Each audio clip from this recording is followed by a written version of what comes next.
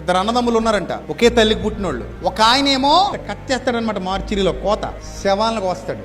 ఇంకొక ఆయనేమో ఏదో సాదా సీదా ఉద్యోగం చేసుకుంటున్నాడు. ఒక అతనికి సాదా సీదా ఉద్యోగం చేసుకునే అతనికి శవాలంటే పిచ్చి భయం. శవం ఉంటే దగ్గరికి వెళ్ళడం. కానీ వాళ్ళ అన్నయ్య శవాలని కోస్తాడు. ఇద్దరు ఒక తల్లికే పుట్టారు. పుట్టినప్పుడు ఇద్దరు ఒకేలా ఉన్నారు. కానీ పెరిగి పెద్ద అవుతూ ఒక ఆయన మార్చిరి రూమ్ లో ఉంటాడు కాబట్టి, అంటే పోస్ట్ మార్టం దగ్గర పనిచేస్తాడు కాబట్టి, పోస్ట్ మార్టంలో శవాలను కోస్తాడు కాబట్టి అతనికి భయం లేదు. అతనికి తెలుసు ఆర్గాన్స్ ఎలా ఉంటాయో, లోపల బాడీ ఎలా ఉంటుందో అన్ని తెలుసు. అతను పోస్ట్ మార్టం చేస్తాడు కాబట్టి. ఇతను ఎక్కడో చిన్న ఉద్యోగం చేసుకుంటాడు తమ్ముడు. ఇతనికి భయం.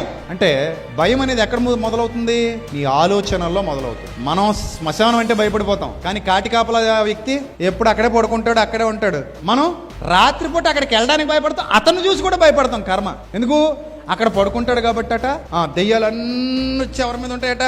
ఒక దౌర్భాగ్యులారు. అతనికి ఫ్యామిలీ ఉంటుంది, పిల్లలు ఉంటారు. అతను ఆ పని చేసుకుంటూనే పిల్లల్ని ఏం చేస్తాడు?